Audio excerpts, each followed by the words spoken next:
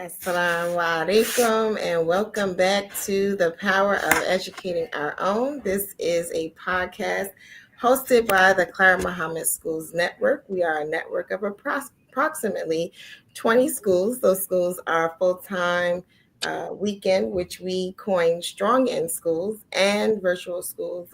And so those are in a remote format. And so we welcome you back to our podcast where we discuss all things education, but also things uplifting to our families, our children, our community. And so with that,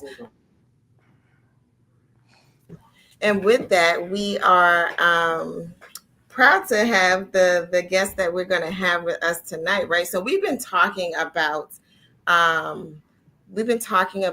the Founders Week, right? And so last week we were in Founders Week and we were sort of at the tail end of it, right? We were discussing our founders, right?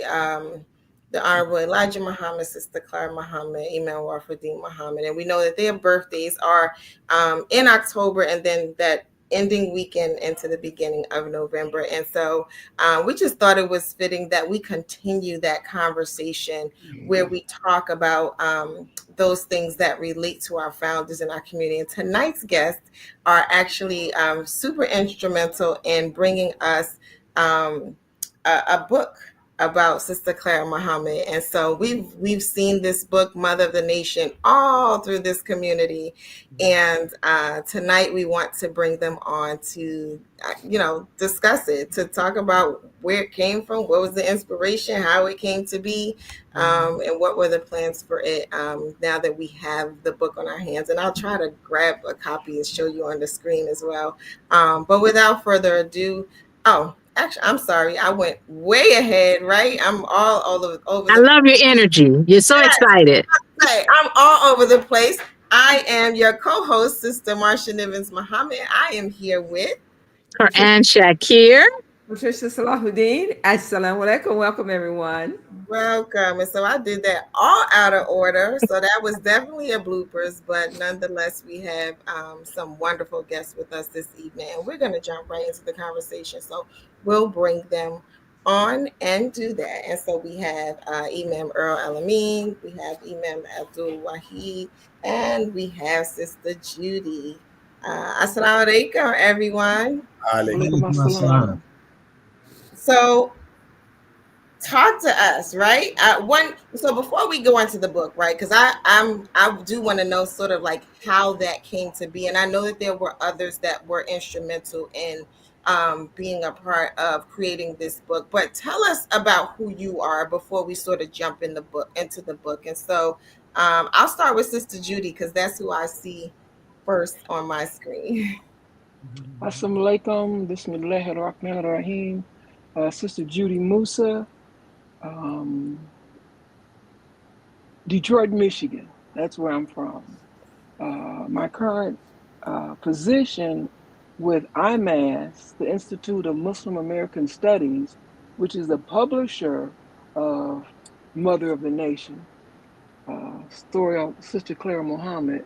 And my current position is chairman of the board, and we're responsible for publishing the book. And I'll pop right over to Imam Abdul Wahid. Assalamu alaikum. Abdul Wahid, originally from Harlem, New York, but reside now in Durham, North Carolina. I'm a part of the board of IMAS and was a very, very, very dear friend and student of Dr. Zakiya Muhammad. She was my first orientation teacher at Malcolm Shabazz Masjid in 1980. So we were very close. So I'm pleased to be able to promote this, and I am the distributor of the book. Assalamu alaikum. I'm Imam Earl Al-Amin.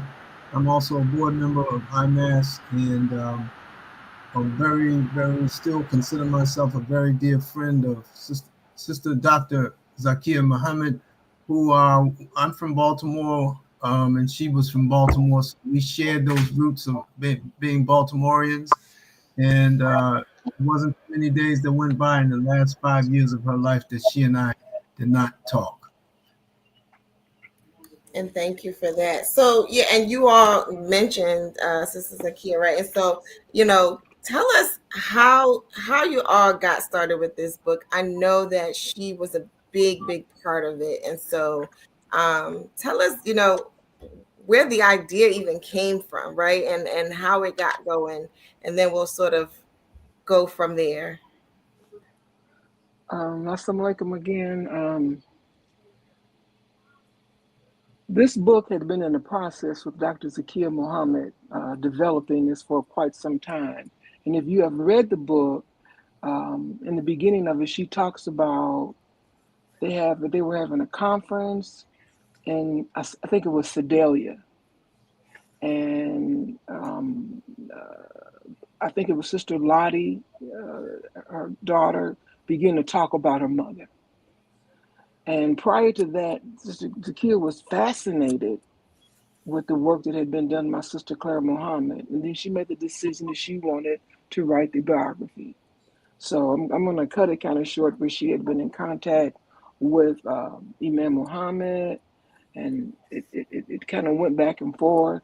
And then the approval was given to her by Imam Muhammad to write the book.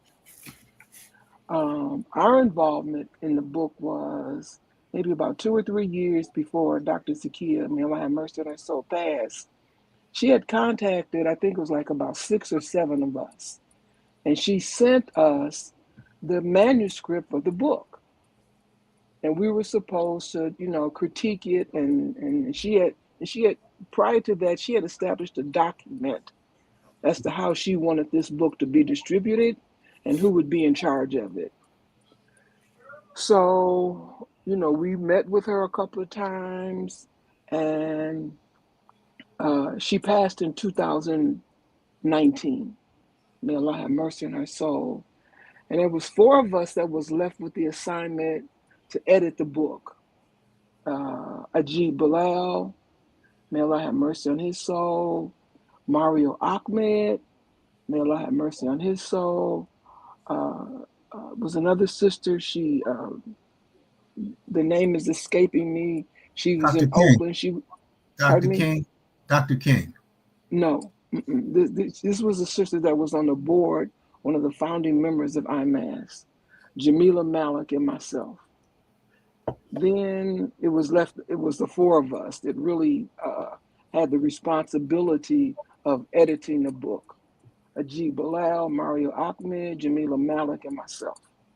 So what you see here is about like 2 or 3 years of work to put this book together. And ironic part about it, we didn't know each other. We had Ajib and brother Mario knew each other, but Jamila and we didn't know each other. And all of this work was done online. We were communicating daily, weekly about editing this book. So what you have completed here is what all of us contributed to the editing of this book. And the decision was made at the time to have 2 volumes. So our main goal and objective was not to change the voice. Anything that Zakia had written, we wanted to keep intact. We did not want to change the voice. There was a few editing because dates and times were different, and we had to do a lot of editing and research and everything. But what you have is the final draft of about 3 or 4 years of us working together to edit this book. We couldn't, and after Ajib and Mario passed, we were kind of stuck. And Brother Earl and Brother Abdul, without hesitation, stepped in to help us to distribute the book and get it in the hands of everyone that needed the book. Personally, there are other books that have been written about Sister Clara Muhammad, but for us, and we could probably be a little biased, this was one of the first academic books that have been written by Sister Clara Muhammad. And Imam Muhammad, peace be upon him, he gave a directive to Dr. Zakiya to interview all of his sisters and brothers that was living at the time. So that's one thing important about it. And then the directive for the book was given to the four of us, and we have a document that Zakiya put out that we should be responsible for publishing the book. And that's why IMAS, Institute of Muslim American Studies, with Dr. Zakiya Muhammad founded, we're the publisher of the book. The book is copywritten. So we're doing all the necessary steps to keep the book in its original text in the way it should be. Currently, and I'm going to stop. Currently, we are working to combine the two volumes into one. So inshallah, we'll have that probably ready within another 5 to 6 months, and that's a labor of love because it's cost, and the sale of the book is basically been within our community. And Brother Abdul Wahid, he's very, very, very, very, very, very, very instrumental in making sure this book gets out in our community. It's not a big profit-making venture. The book, for what it sells for on Amazon, Amazon gets their cut and we get a cut.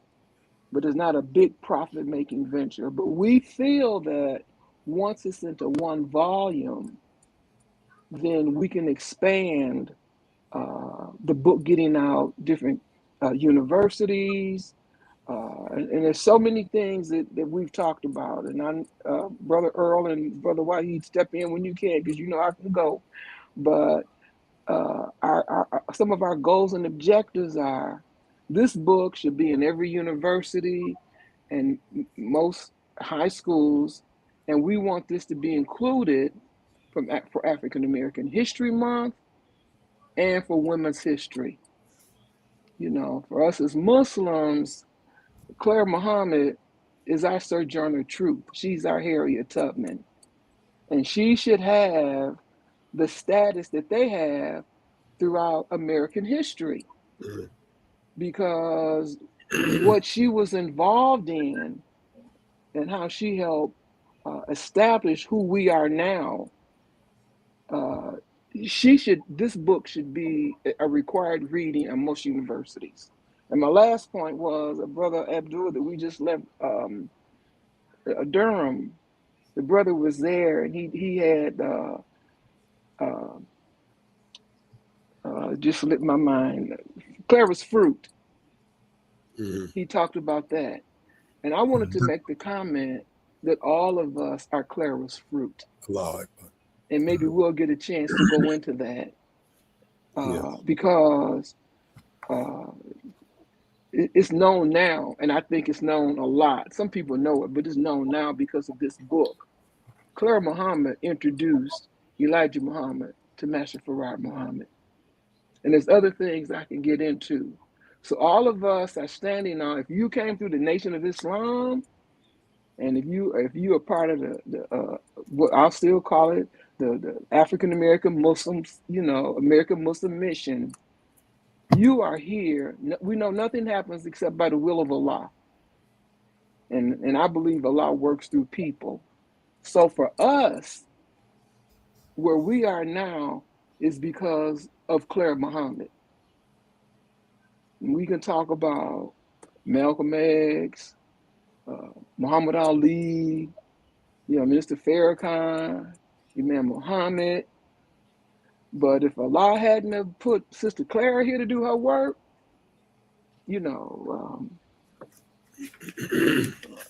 where would we be? Okay, I'm gonna stop. Sister Marsha, you know y'all, Sister Quran, you know you gotta tell me to stop now. You But I sound have good. more to say. Don't worry. You I, sound good. I have more to say, but I'm gonna I'm gonna kind of slow up a little bit. I'm loving So hearing it. So no, we're not going to stop you because we want to hear it. Thank you Yeah. for sharing that. well, there's more that I have to say, but I'm gonna back up a little bit for and it's four of us now that's working on this book. The three of us that you have here, and Sister Jamila. And Sister Jamila is not here because she's on Umrah. So this is a collective effort. I like to think that I'm in control and all of this, but I know better. These brothers keep me in check. So that's I'm gonna back up a little bit. Alhamdulillah. She is leading the project, though. She is our Yeah. leader, Alhamdulillah. no doubt. Alhamdulillah. That's right. Alhamdulillah. And I know that a part of what Dr. Zakia did, I hear you as you share her journey, how while she was at that teacher's college in Sadaya, that inspiration came to her. And then she did her due diligence with talking with the imam, his family. It's her research. When you read this book, and I agree with you, it should be in every university, every school. It should be a part of our studies. And even in the Claire Muhammad School Network, one of the things we tell people is when you orient your teachers, this is the book they need to understand our school and the work that went into producing this institution. But I would love to hear from all of you when you talk about the editing work that you did, but really talk about that research that's in the book, because this is a book of academics, as you say. It's a academic work for sure. But she also writes it. When you talk about her voice, she writes it in a way that makes it easy to read. It's a story, like as you're reading it. So it's not just a lot of plain academic reading, but the content itself is rich academically. But the way it's written is so beautifully written. So I would love to hear about the research that went into the book. Brother Earl. I think, Assalamu alaikum.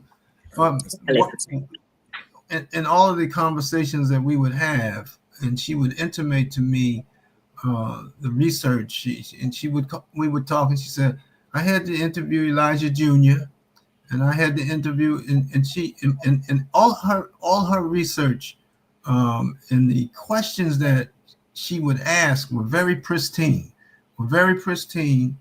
and she was driven because she was so inspired. Let me go back and say that Dr. Zakia really understood, more so than most Muslim women that I've encountered, the role and the responsibility of the women in our way of life. And not only that, she had understood that Sister Clara Muhammad played such an integral role in the establishment of the community, but not just the establishment of the community of the Nation of Islam, but the forward projection of Islam in America, and i.e. predicated on education. And so she understood that. And as you know, Dr. Zakia was a graduate of Columbia University. And I used to always tease, I say, you think you're so smart because you're an Ivy Leaguer, but she was driven, and the research was very meticulous. She had to interview so many people, and then she had to codify all of that information to bring that back so that it could be so we could review it. It was a labor of love for her, but it took a lot out of her too. Let me be real. It took a lot out of her to do that. It was like giving birth. That's what we've often talked about. This book was, she gave birth to this. Yeah. Go ahead, Imam. Go for it. I was just gonna say I'm not as astute as my two colleagues.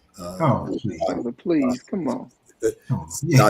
years work with the book. But just knowing her, like I mentioned, 1980, but it was in 82 when Imam Muhammad spent some time in New York, and he began to assign different people in the community different responsibilities. And she became the directors of education then. Uh, but she was always a wonderful teacher. So I'm not surprised by this work because of her mind and her ability to teach and communicate.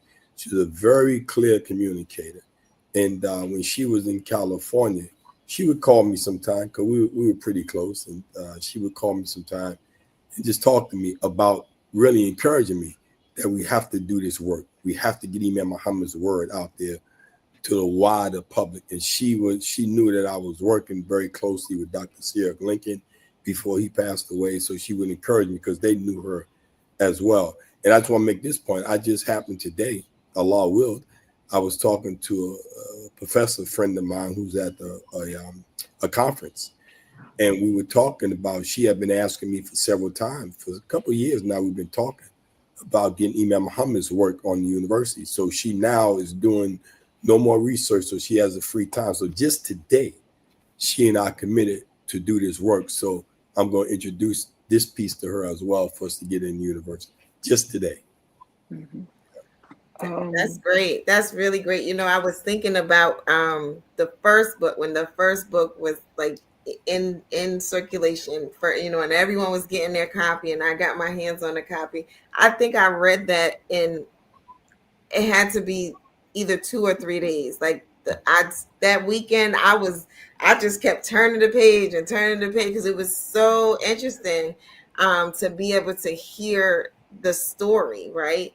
Because we often hear the piece about, her and the truancy officer, and we, that piece is so prominent, but to have the whole story sort of be told, I was definitely in the book. And I was like, ooh, I read this book in the whole weekend. But mashallah, it's a really, really good book. And so I'm curious to know, I know that, like I said, a large part of this, it was her work, right? And so you all were in some way supporting it and currently supporting it. And so I'm curious to know, what parts of the book or what parts of the story kind of, stand out for you or resonate with you. Again, we are in this space where we are remembering the founders and remembering the journey, and really highlighting it for our children in our schools. So we celebrate things like Founders Week in our schools. Some of the schools do that, and more, we're encouraging other schools to be a part of that. And they're learning this story. I know for our weekend school in Newark, we did play the Clara's Fruit video for them. And so as they're learning more and more of the story, um, they're finding a pride in it. And so I'm just curious to know from you all, sort of what pieces of the story, you know, stand out for you, or significant or interesting to you. Do you have any favorites? A lot of this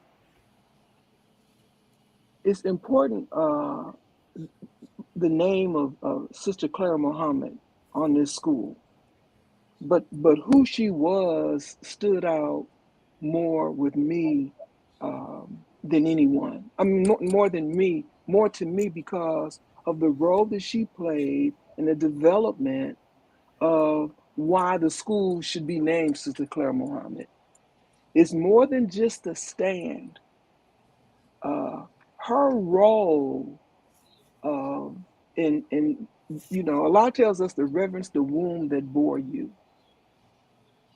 Now, a lot of times when we hear about Imam Muhammad, they'll say son of Elijah Muhammad. Right. And I had to beg the difference with them at a conference we had in Detroit. And I was kind of like, ooh. I said, Imam Muhammad is the son of Sister Clara Muhammad, Yes. and Elijah Muhammad. So that was a shift that we had. Another part of this that's so important is the role that Sister we know she's Imam Muhammad's mother, but as you as educators, the formative years of children's lives Mhm. are up until the time they're about 10 or 11. And it's a brother that was with us, and he said, I think when you're up until 8 or 9, 7, 8 or 9, your personality is set. And then when you get 10, that's who you are. So up until the time of Imam Muhammad was maybe about 12 or 13, his mother nurtured and raised him. Elijah Muhammad was moving about the country. He was in one city and he was here, he was there. So who we had is Honorable Wallace D. Muhammad. He was nurtured by Sister Clara.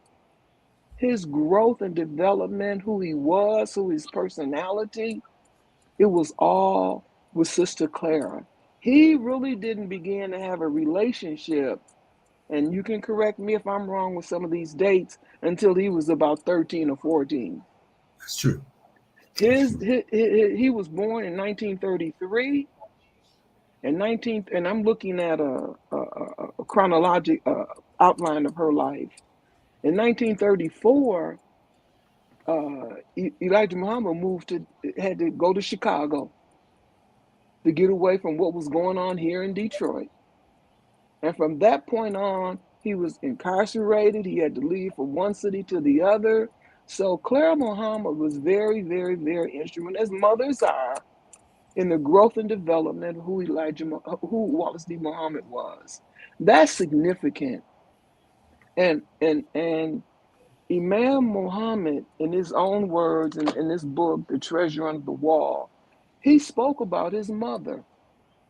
And it's not a lot, but there's a few snippets here and there.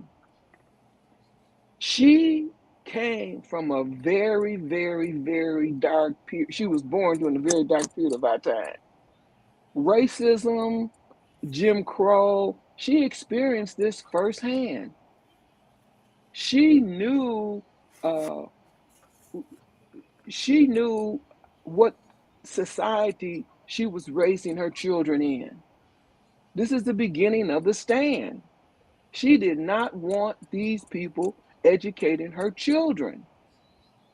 So that's the beginning of it. But how she began to develop and carry the Nation of Islam on her shoulders while her husband was being chased and incarcerated, that's very, very, very significant. And that's a part of the book that I was impressed with. Yeah. Because this is the part of I didn't know about this. You know, the Quran being introduced in the penal system. Right. They wrote this by outhand. And I used to, I was a chaplain when I was in Detroit. I mean, in LA. We ain't know nothing about Sister Clara Muhammad's instrument. We couldn't get the Qurans in the prison at the time. Mm. But she was instrumental in this. And then this is something that we don't talk about a lot, but how she had to deal with the problems that you have in a marriage. All of this was brought to the forefront. And we're like, ooh, but it's nothing unusual. Right. If you've been married, you're going to have some problems. That's right. So these things were brought to the forefront, but never did she miss a step. Never did Sister Clara Muhammad miss a step about the importance of what Allah had sent her here, what her purpose was. And that was, it was bigger than her.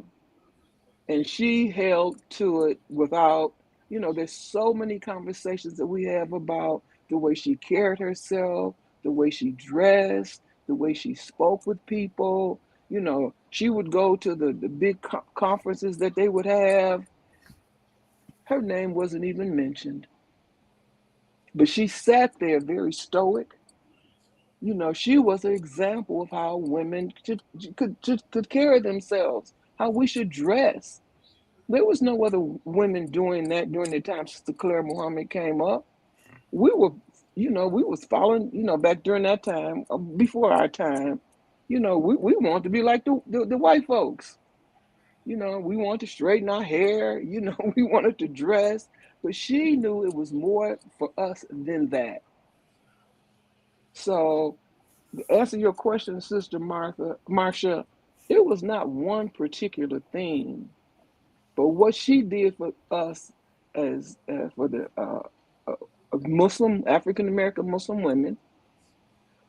women throughout the country, and women throughout the country, because the Nation of Islam had a direct impact on the Black Power movement that was going on here in the United States during the 60s. And a lot of people that came through that, they came through the Nation of Islam. Yeah. And any of you have heard me say, there were Noble Drew Ali, Marcus Garvey, and there were Muslims here before us. But the Nation of Islam here in Detroit, I got to throw that in. The Nation of Islam made it cool to say Assalamu alaikum. There was no other group, no other people that were doing that. There was Muslims here. I'm in Detroit, Ford Motor Company. We have one of the largest community Muslim Middle Eastern population anywhere in the United States. They work for the Ford Motor Company. Even now, you walk up to an immigrant, you say, "What's your name?" They're gonna say Mo. They don't say Mohammed. But we African American Muslims made that possible. We are the ones, by the work that Allah subhanahu wa ta'ala and gave Sister Clara Muhammad, we all have a responsibility. So she stepped into her role. She did what she was supposed to do. The trouble that she had with her children, the trouble that she had in a marriage. We all know that, it was polygamy and different things like that. Ain't nothing new for us, but she stood the test of time. So this is why the education that she stressed for her children, she educated her sons. She was the foundation for Imam Wafdi Muhammad. So this is why our schools should be named Sister Claire Muhammad School. They were the University of Islam. We have all that documentation. But when her son came in and said change the name to Claire Muhammad School, it wasn't because of the stand. It wasn't because of that. It was because of the essence of who his mother was. And that's why our schools should be named Sister Claire Muhammad Schools. And if you don't have a Sister Claire Muhammad School, and I know I'm talking about myself, I'm gonna shoot myself in the foot here in Detroit, and I'm gonna say it it's a shame, that we don't have a Sister Claire Muhammad School here in Detroit. We all started it, but that's something we're working on, Sister Patricia. So, but that's this sister is whoever we put up there at the top, they better move over and make room for Sister Clara Muhammad. You made a good point, Sister Judy, when you talked about how Dr. Zakia gives you the historical perspective.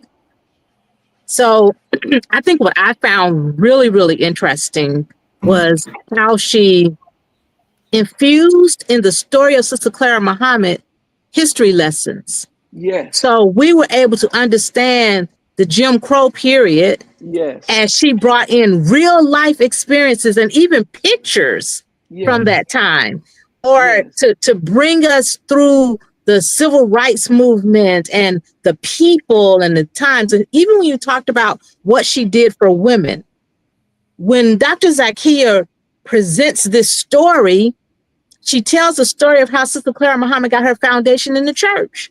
Yes. And then she brings you through the history and tells you then of how Sister Clara Muhammad infused her foundational learnings into the formation of the Muslim girls training. Yeah. And it's amazing. It's amazing the way that Dr. Zakiya does that. So, and I'm saying this because I want our audience to know that this is not an ordinary book. And it is definitely a good read for those who want to know deeper knowledge and deeper understanding about the person and history itself. So, you know, we're saying we should use it for Black History Month, Women's History Month, but I think history classes can use this too, just to teach about their time. So, and I know our brothers wanted to share some of the impact that the research had on them, some of your most impactful stories. So I'm going to pause to give you also an opportunity to talk about the impactful stories that you found in the reading of the book. For me, it was the whole book, to be candid with you, from a historical perspective. But you just, Sister Quran, you just hit something that I had written a note down, and it said, and I said MGT. And I think the Muslim girls training was very important, because the training that she had already been introduced to was like, you know, back when I was a little younger, they used to have what they call finishing schools in the African American community, and the girls were taught how to set the table, how to cook, how to do all of those things that were so relevant to being a mother and a woman. And so she was able to infuse that. Really, it was a curriculum. It was a curriculum. If you studied MGT classes, it was a curriculum. And what she was able to do was to infuse that in the community. What that ultimately did for the community, what most people don't realize, yes, the brothers, the minister was out front, the captain was out front. But one of the things that Imam Muhammad always stressed was that the unseen is stronger than the seen, and that the unseen was Clara Muhammad. And she was stronger than the seen, because what she was able to do was to give the community a foundation. And the foundation really was predicated on the growth and the development of the sisters, and the sisters growing and developing the children. So that via education. So that, to me, it was awesome how she was able to do that, and with a limited, what we would say, education, but we understand where she was coming from in Georgia. And what was also interesting to me was that, despite the family really didn't want her to marry the Honorable Elijah Muhammad, because it was a class system there. She was marrying down, you know what I mean? So all of those things. So that mindset was there, and even in Jim Crow South, our people still were holding on to some of this class stuff all then. So it was very, very interesting to me. And from what the Imam had told me, was that she was the one that was very, very influential in having his brother Akbar, to go and study in Egypt. She was very influential in doing that. And so, I mean, the first African American Muslim to graduate from Al Azhar. So, and that is the Imam's brother. So, all of that influence, but the unseen is stronger than the seen.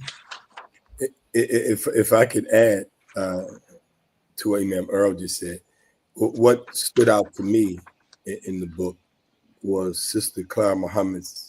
All throughout her life, you could see a person that was strong in faith, very principled person, was unshakable in her faith, and it demonstrates itself throughout. When you go back to the truant officer coming to the house, and she making that statement, that was strength. That's inner strength. She demonstrated inner strength. When you think about her carrying the Honorable Elijah Muhammad off the street as a drunk, and the Imam, she was able to put him on her back and thump him on the bed. And the Imam, I heard him talk about how she was able to carry 100-pound bag up the steps by herself. He said he was too young to help her, but she was. So I'm talking about inner strength that she demonstrated, strong faith. And then I said earlier before we started the program that something special is happening with us as a group, and sometimes we don't recognize it. But when you think about, for example, Sister Clyde Muhammad was only able to go to the 7th grade, that number 7. Elijah Muhammad went to the 3rd grade, that number 3. And you add that 7 and 3 together, you got 10. And then Elijah Muhammad, when he came into, first time he went to see Mr. Farad, and he gave charity, he gave 10 cents. All those are signs. And the Imam taught us very clearly about signs, but the Imam would always talk a lot about his mother. And I think one of the things stood out to me too, we mentioned about prison and getting the Qurans in prison. See, these are things that we need to really highlight. And then what did Elijah Muhammad give Sister Clara Muhammad from the Quran to read to the Imam at an early age?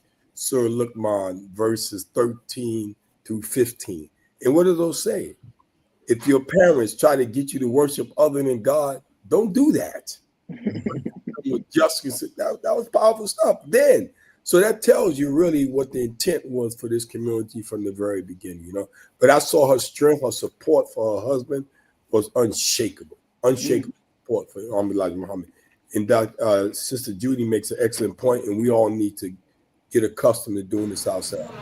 He is the son of Clara and Elijah. We really need it. That's very important. Very important. Assalamualaikum.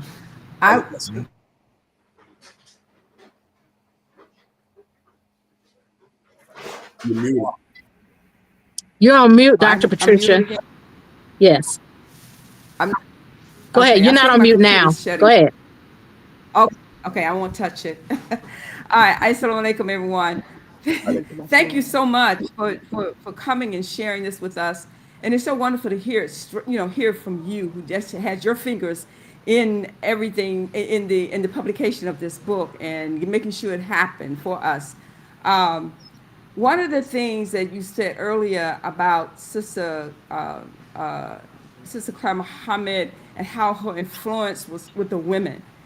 But as I was reading that book, I noticed that she was influenced throughout. Like, it wasn't just the women.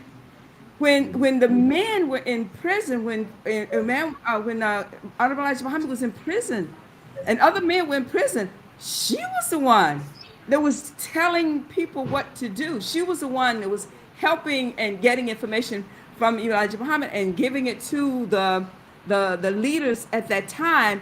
And when she didn't get information directly, she was giving directions. She knew what to do for everybody, and that was just so amazing. That's the kind of person that she was. And from this book, I was like you, Sister Marsha. I don't read books fast, but that one I couldn't put that one down. I would definitely read. I was reading that book, and it took me just a few days to finish that book. And it is the way the story flows. She tells a story, and it's supported. It's academic in the sense that she supports it. I mean, when you hear other people tell stuff, okay, you're wondering, where did you get that from? Is that really true? There was no question with Dr. Zakia's book. No question. Even though it's very readable and it's very easy to read, you definitely know that whatever she's telling you is supported, and she has it backed up with lots of not just one, but more than one way of supporting what she has to say. So that book's exciting. The book should be in every class, every school, every Sister Clara Muhammad school. That book should be a actual history book, a supplement to our history classes. Right, Dr. Sister Kran, you're right. It should be in every history class. That's what it should be. And then we should promote our own material in our own schools and do it first. And then it should be in every library. And of course, whenever we go to our conference and conventions, that book should be on somebody's table, inshallah. Thank you so much. Can the salesman out of me come out right quick? And that is, can you all help us connect with those schools that aren't existing, and Oh, we will send them absolutely. application to get that so they can get this book. Absolutely. Thank Yeah. you. Well, And I know some time ago we had a book club going for the Cloud Muhammad Schools Network, and we're reading I think it was just the first book. I'm not sure if we got to the second one. And so some of them have it, but for those who don't have it, absolutely we can put you in touch with them so that we can make sure that the schools get them. For those of you who are just joining us, you are watching The Power of Educating Our Own podcast hosted by the Cloud Muhammad Schools Network. And we are talking about the book Mother of the Nation. And this book is about Sister Clara Muhammad, and we are speaking with Sister Judy Musa, Imam Abdul Wahid, and Imam Amin. And they were instrumental in making sure that this book got published, um, for all the work that Sister Zakiya Muhammad had put together in order for the book to be. And so, for those of you who are joining us, tell us where you're joining us from. Put it in the comment section and let us know if you have a question or a comment. Share it in the comment section. I see um, Sister Bina is joining us. She gives us the salams. And so as others pop in, I'll also share their information on the screen. I was just thinking as you all were talking, thinking back to something that Sister Quran said, that piece stood out to me as well. The history piece of it, right? Because oftentimes I feel like when we're telling the story of Sister Claire Muhammad, we're telling it in our bubble, right? In the experience in this community, right? And so for me, I'm thinking of it as being in this bubble. But I love how the book showed us the bubble within the larger community, right? And not it's not very often that we're telling the story that way. A lot of times we really just focus on our nucleus of an experience, but there's things happening in the world at the same time. And I felt like the book did a really good job of doing that. We have a couple of other people who are giving us the greetings. We have Haja Amina Sabri from Atlanta who's watching. And so if anybody else pops on, I'm gonna bring it on there as well. So yeah, uh, I'm encouraging everyone to go out and get a copy of the books. Talk to us a little bit about is it a foundation, the organization that manages the book? And forgive me, I don't remember I'm gonna mess up the acronym, but IMS, right? That's it? Okay. This is Um, Judy. if you can just kind of tell us a little bit about that, right? Because that's the effort that's keeping this book in circulation. And so let us know a little bit more about that so that our viewers know that it is alive and well and how to support the effort. IMAS, the Institute of Muslim American Studies, was a foundation started by Dr. Zakiya Muhammad. And the purpose of it is to promote the academic and scholarship of Muslim African Americans in this country. There were a lot of ideas and goals and objectives that they had. That was I wasn't a founding member of the organization, but a lot of the ideas and objectives and goals Dr. Zakiya Muhammad wasn't able to see actualize because of her health condition. And because of that, uh, near the end of her life, all of her efforts, and I'd probably say maybe about 4 or 5 years before she passed, all of her efforts were put into this book. We're functioning now, and our main goal is this book. That's basically all we're working on now. We have a lot of ideas. It's a nonprofit organization, and there are a lot of things that we would like to see done carrying out some of the ideas that Dr. Zakia had.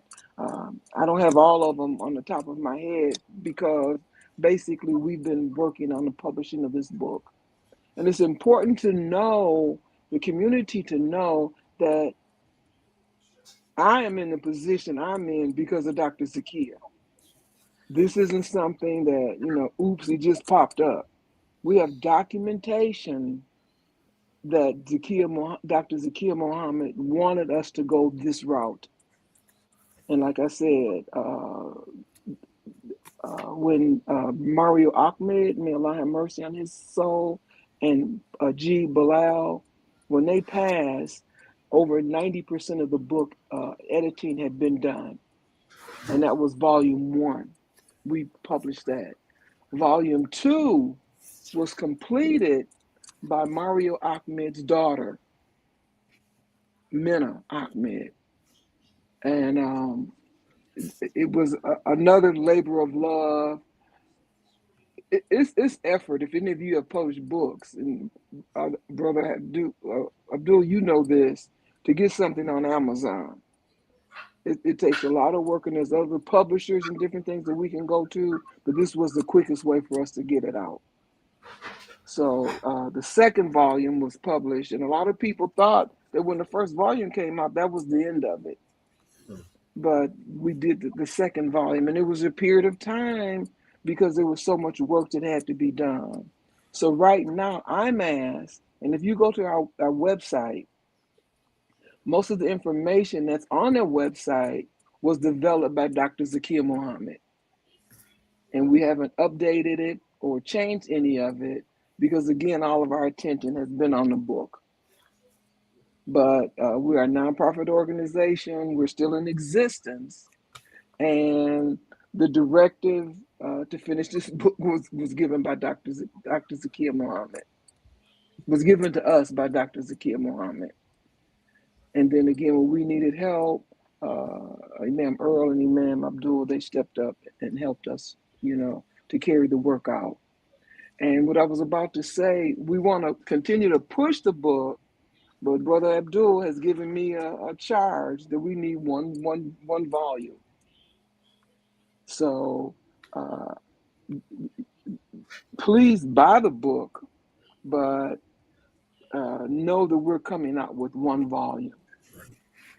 And any Claire Muhammad school that purchases a book, and Sister Quran, we give you a discount, when you purchase a book for the students. And it almost at cost. So it's not a profit-making venture. We're not a profit-making organization. It's not, I'm looking for funds now to help us do this into one volume. The cost is about between $5,000 to $7,000 because it has to be edited, it has to be combined, it has to be reformatted, and all of this cost.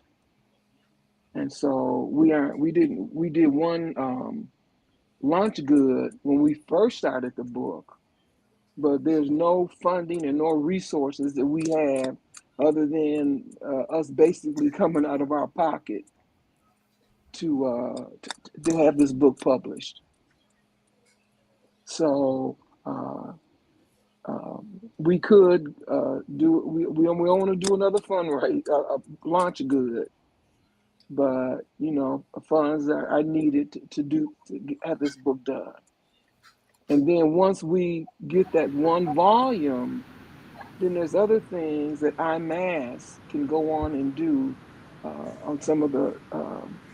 We have all type of scholars in our community that are writing books that we need to help publish and get them out. We have scholars that go around speaking, and they have other organizations that sponsor them. And these are some of the things that we wanted to do at IMAS, Institute of Muslim American Studies. And Dr. Zakia Muhammad was a scholar. There's no two ifs, ands, and buts about that. This sister was a scholar. And before she passed, I had the opportunity to go back to California and visit with her. I thought I was walking into a library. I mean, books, and unfortunately, we have intellectual rights, but we don't have a lot of the information that that she had done made available to us. And it mattered and it didn't matter because the most important work that she had done was this book, and we have access to that. So, And that was about to be my next question was what happened with all of her books. I know she was a walking library, but she had a library in her home and she had all of the research, the papers, the cassette tapes and videos that she had made from her interviews. And I was wondering what happened with all of that because we're looking at this idea of we have to become archivists also in our community. um, it was a lot going on when Dr. Zakia passed. Um,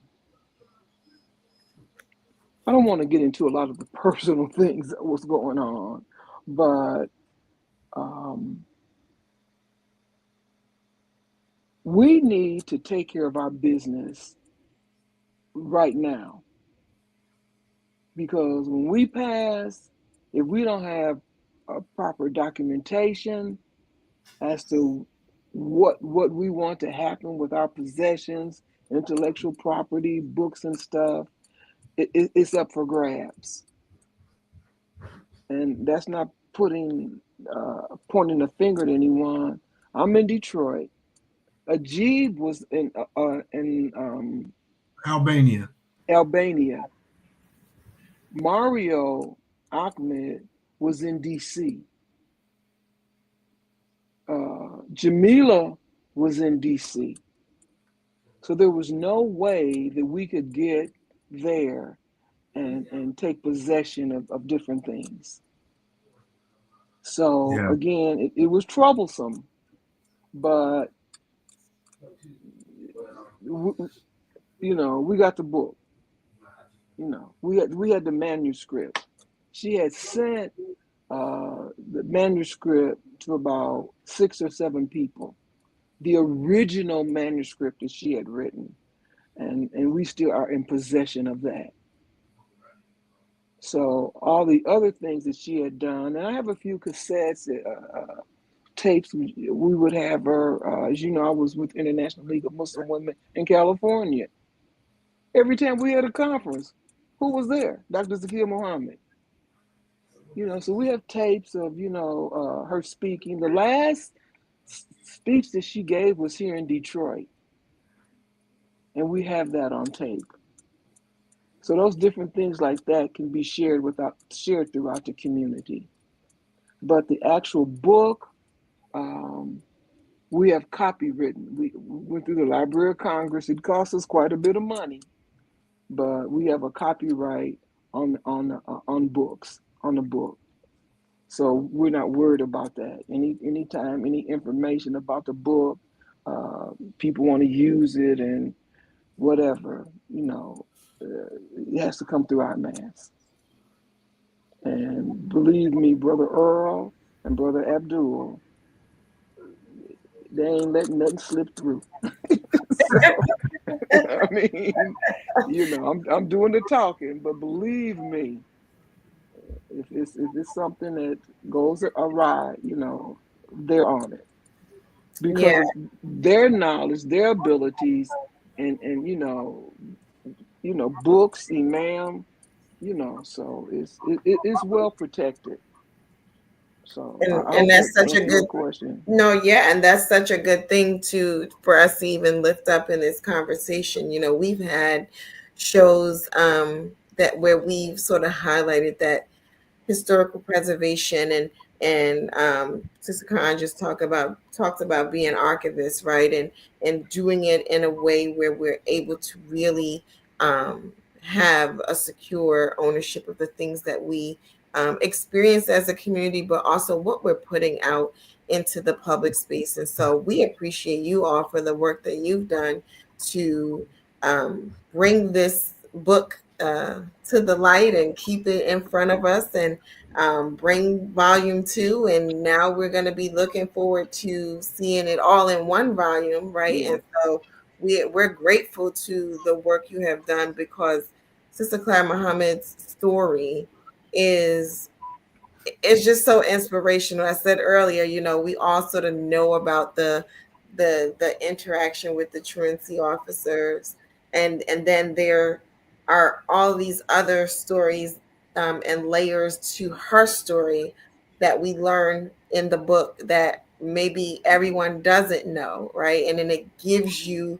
an idea of who she was as a person. And I love that Sister Judy said that, Imam Muhammad, this is the Claire Muhammad's son, right? Yeah. So like he's her son too, and that his development is really a direct result of her mothering, and her willingness to do what it is that she needed to do, even if it was to put herself in harm's way to make sure that her children were protected. And that story within itself is one to highlight and to be an inspiration to us as a community. And then we go on to the other stories that we talked about today about her, really leading the community when her husband wasn't present to be able to do so. And so all of that, or the culmination of all of that,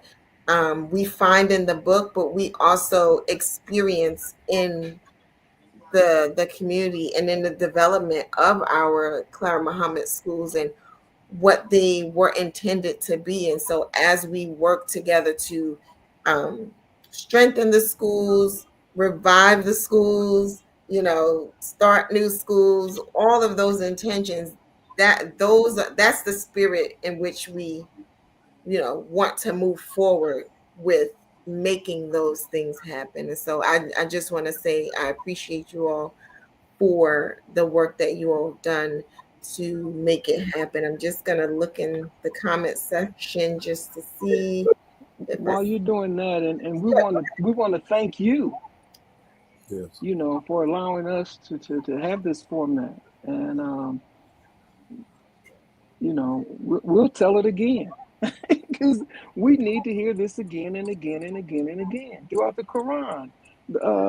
A lot it's repetitive. The stories are told over and over again, but it was a different time. And this is not to take away anything from what we were told or what we learned up until that time. It's all relative. Now we're changing the narrative, and it's not taking away any of our history. It's only adding to it, because what the Nation of Islam did, and all the people that were involved in it, I mean, it's unprecedented. This is our history as African American Muslims in this country. And so this, thank you so very much for allowing us to tell our story again. We're grateful. I'm absolutely. happy. If I could suggest something that because it's pretty evident that our history as a community has been purposely trying to be eclipsed by others. Mhm. When you even think about African American History Month, uh, we as a community, our leaders don't get any attention from the outside of us. And I don't think we do enough. So I'm suggesting that we do something. African American History Month, we not the only time, but let's highlight them. Imam W. Muhammad, Sister Clara, and Elijah Muhammad. We should highlight them. And one of the things when we had our 50th anniversary celebration, we had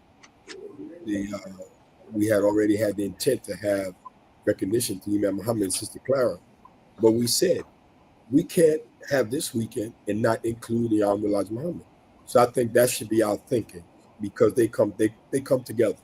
And I think that's important for us because and I know a lot of us we try to escape that history because we afraid of the perception that other people have about what was and what it wasn't Islam. Forget that. We can handle that argument. I think it's important for us to put ourselves out in the public during that time African American History Month. So I'm recommending to us that we consider some days of that month that we make it big deal days. You know, whether it's the second, the third, and the fourth. I'm Elijah Muhammad Day, Imam W.D. Muhammad Day, Sister Muhammad Day in African American History Month. Because they don't do it for us. You look at the calendars don't do it. There's so much to try to eclipse us. Elijah Muhammad was known as the most powerful black man in America. In America. In America. And they try to eclipse that like it didn't happen. And they try to, we love Malcolm. And Malcolm wasn't Malcolm until he met Elijah Muhammad. That's right. So I think we have to change, somebody just said the narrative. We have to change the narrative. And we have to do it very aggressively too, as a community. But I think it's important that we do that. That's the first time I thought about saying that, but I said it, and I'm going to start promoting it. I'm glad you said it. I'm glad you said it because also the other thing that, since we're putting out these things, we have to also look at the fact that since we're celebrating Sister Clara Muhammad right now, we're talking about her and the Clara Muhammad schools that she started in 1933. We're at 2026, basically, because we're at the end of 2025. We're just a few years away from it being 100 years. Yeah. What are we going to do to celebrate that 100 years of courage, 100 years of vision coming real to us? So that's the other thing. We also need to look at the centennial of this and get our whole country celebrating it. Absolutely, and I've heard some conversations about what 100-year celebration can look like. So I don't know what it'll wind up being, but I think we should just all keep our eyes and ears open for what that can become because I've been hearing it in circles, and it's exciting to know that the possibility of what that could look like. And so as we wind down, go ahead, Dr. Patricia. You're on mute though, I think. No, you're not. Go ahead. Okay. Okay, I have an idea for 100 years. How about some more schools named Clara Muhammad School? That's what we can do. We can open up more schools. Open up a school in every major city that we have. We have Washington, D.C., we have Miami, we have New York, we have all of these places, these large cities. Let's open up schools and let's have those schools open by the time that 100th year rolls around. How about that? And also, it's a great idea. Yeah, and that's what we can do because now we got something concrete to say. Yes, Sister Clara Muhammad, we're listening to you. We heard you. We believe in you. We know that Allah has blessed you, and we're going to reap those benefit from those blessings that you receive. And then another thing, we this book that we have that we have now that needs to become one volume.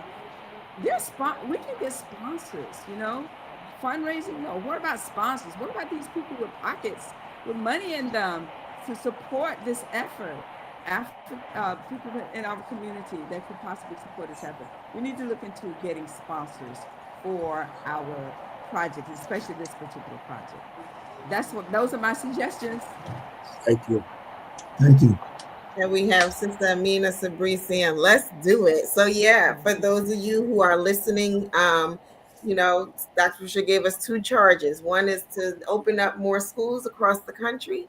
And the second is to seek out those sponsorship dollars to help in the effort to make this 2-volume into 1 volume so that it could aid into the circulation of this book at a wider scale. We want to be able to see it in universities and in libraries across this country for the significance of Sister Clara Muhammad's story, but also yes, and in that story, I wanted to say that, many people talk, when they mention her, they talk about her being um, the one of the founders of homeschool education, right? And so that's something to be acknowledged as well, as we have a conversation about her and about the work that happened as a result of what she did in that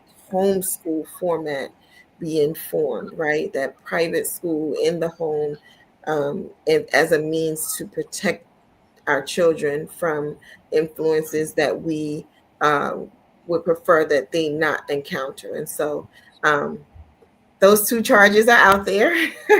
So if you're hearing me, just know that you have been charged with it too. And we are to the point where we're winding down this conversation. So I will give our guests one last word, if there's anything that you wanted to share with us before we end this conversation. If you're interested in helping to support us to get this into one volume, contact Sister Karan, Sister Patricia, Sister Marcia, and they'll be in touch with us. And you're donating to a nonprofit organization. So and we need the help from our community. So whatever amount that you're able to donate or provide, we'll be thankful for that. And just an example of what you're talking about, we did this pamphlet for Muslim African American History Month in February of 2024. And it's just a little book, and it says the Muhammad family. Nice. Talks about, it has a picture of Elijah Muhammad, Sister Claire Muhammad, and Wallace D. Muhammad, Imam Muhammad. And it's just some information that we basically gathered online. And we just put it together. I can make copies of it and send it to you, or you can do it yourself. And this is what we passed out during African American History Month. Wonderful. Basically, the Muhammad family. That's what we're talking about. And it just talks about, it's a timeline of their history. And I also have a timeline here that I'm going to share with you all about Sister Claire Muhammad. I'll make sure that you all get that. And thank you. Thank you again for having us. We're so grateful. Alhamdulillah. We're extremely grateful. Yeah, that's all I want to say is thank you all. And you all keep up your good work. Yeah. Because we need voices like y'all out there. So thank you so much. Yeah. I'd say thank you so much. And we always look forward to you all bringing us back on so we can tell the story of probably one of the greatest story in American history. So we like to work with you all. Thank you so much. Thank you. And so this has been another episode of The Power of Educating Our Own. Again, this is a podcast that is hosted by the Clan Muhammad Schools Network. We are here every Sunday, 7 p.m. Eastern Standard Time. And we invite you to join us back next Sunday as we continue conversations centered around the Founders Week. We're sort of extending that conversation throughout the month of November as we recognize and acknowledge the founders of this community. And with that, I bid you adieu. Assalamu alaikum. That is, may God's peace be upon you. And until next time, peace. Assalamu alaikum. Walaikum assalam. Alhamdulillah. Now, in concluding this, when the slave traders and the black traders of Africa, traitors, different, traitors, when the slave traders and the traitors of Africa called themselves Muslims, were fighting each other and carrying on and weakening their people over there so that the white traders come in there and get us, take us on slave ships and bring us here. Now, all right? Yeah. So now, when all that happened, what you think was happening to our human soul? Let me tell you, God has given me an eye to see into the very abstract form of the human being by my study of the Quran. Yes.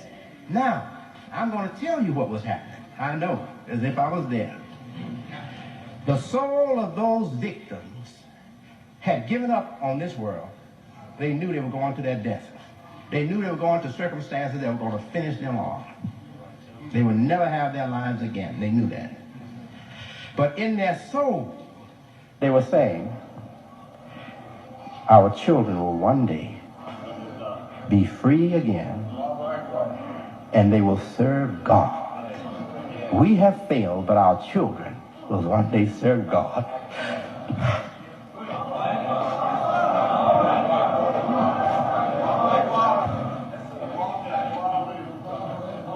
And now their prayer that they prayed in the deep recesses of their soul has come true.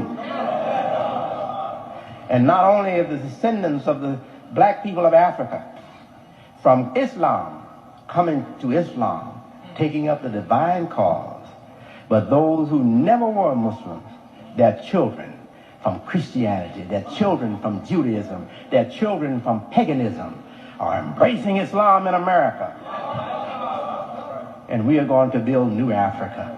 New Africa, right here in the United States. Allahu Akbar.